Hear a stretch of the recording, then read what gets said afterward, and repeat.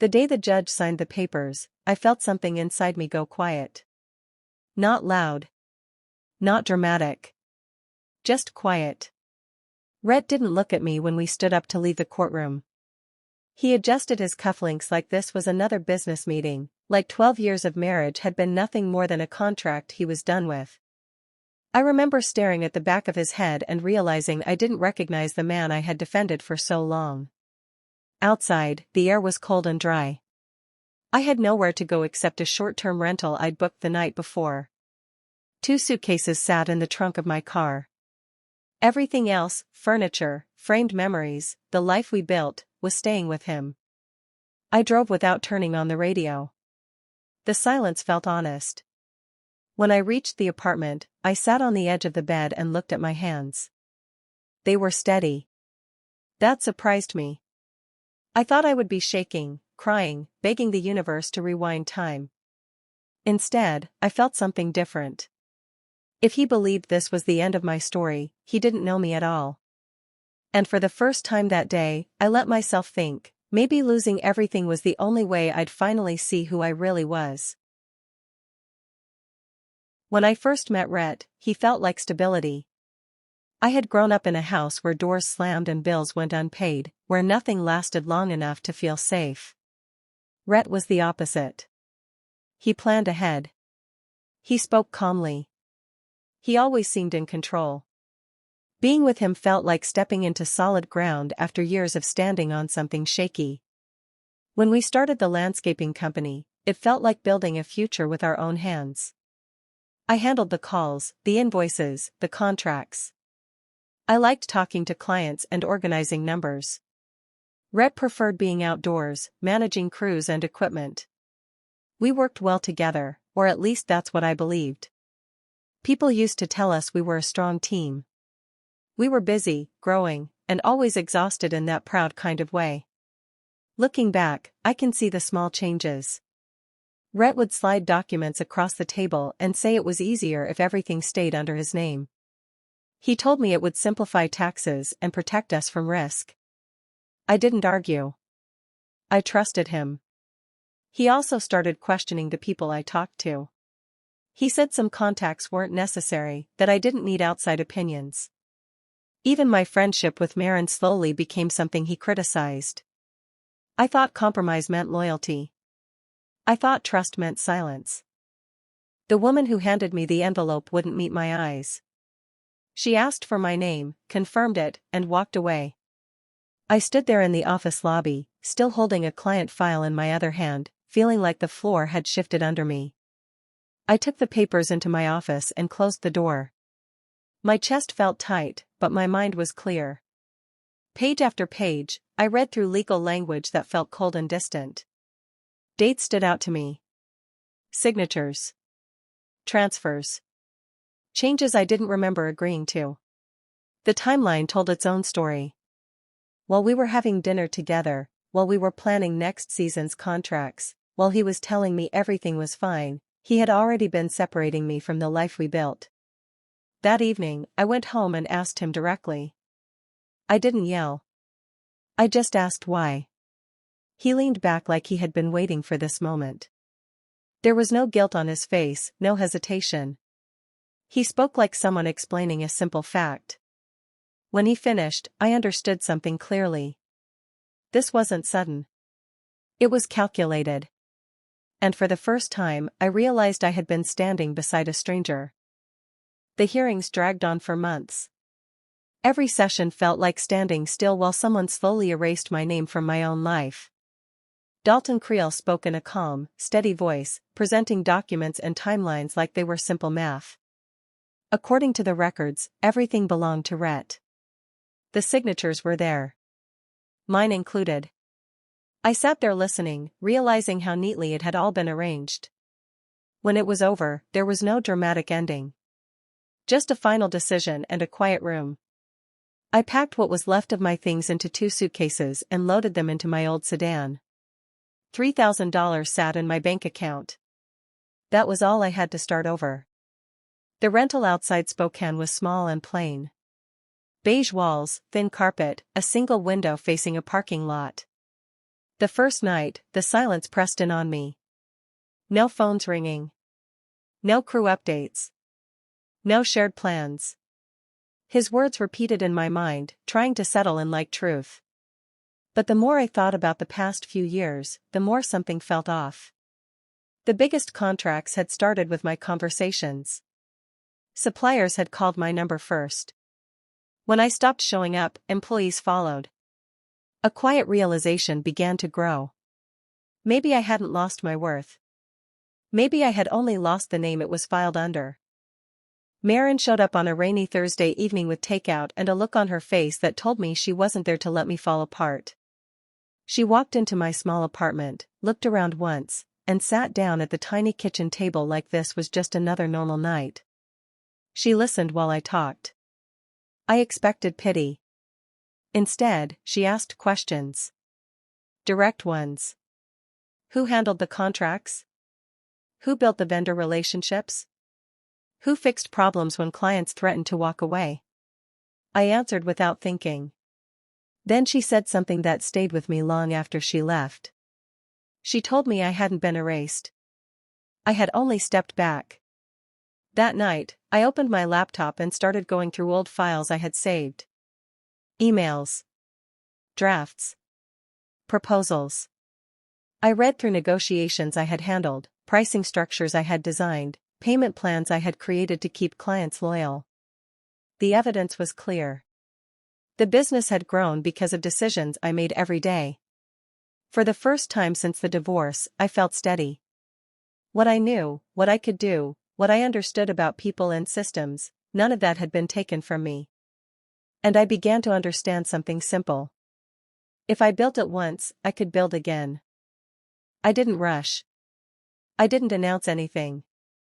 I started quietly. I registered a small consulting firm under my own name. The paperwork felt different this time. Every line, every detail, every signature was mine alone. I wasn't going back into fieldwork. I understood now that my strength had never been the trucks or equipment. It had been structure. I designed service packages focused on improving how small landscaping companies ran their operations. I created step-by-step systems for bringing in new clients, tightening vendor contracts, and organizing internal processes so money didn't leak through careless decisions. At first, I worked from my kitchen table. I reached out to a few former clients, carefully and professionally. I didn't speak badly about Rhett. I simply offered to review their current contracts and show them where they could save money or increase profit. Some agreed out of curiosity. Others remembered how I used to solve problems.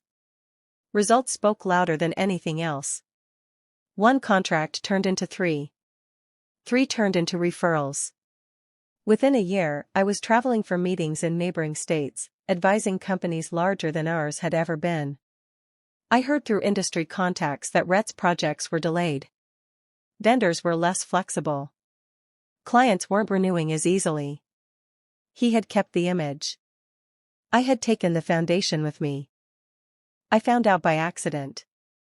I was at a supply meeting when 2 contractors behind me started talking about unpaid invoices and legal notices. When I heard Rhett's company name, my body went still. They mentioned delayed payments, vendors filing complaints, and projects that had been paused without explanation. Later that week, another contact confirmed it. There was a formal investigation into outstanding debts. Suppliers were demanding what they were owed.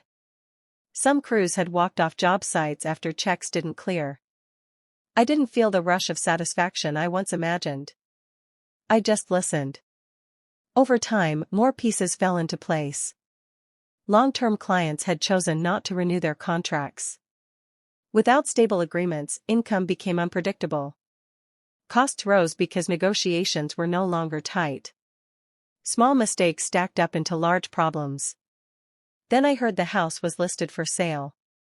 The same house I had once cleaned, decorated, and planned a future in. I drove past it one afternoon without stopping. The lawn looked untrimmed. The sign stood near the curb. I expected anger. I expected triumph. Instead, I felt distance. His life was unraveling on its own. And for the first time I understood that true revenge wasn't action. It was survival without collapse. The expo hall was crowded and loud, filled with booths, banners, and sales pitches. I was reviewing a presentation schedule when I heard my name spoken in a voice I hadn't heard in 2 years.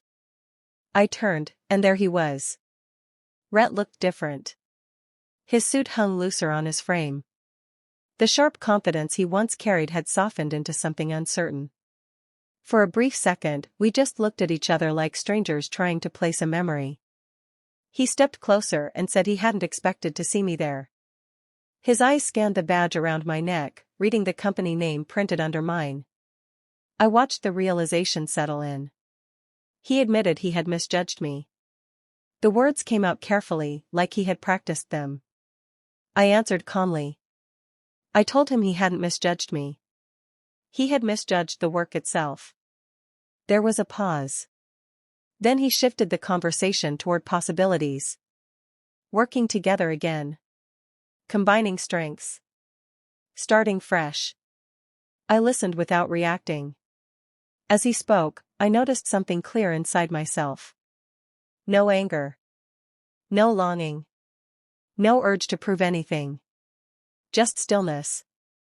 When I finally excused myself for my next meeting, I walked away steady.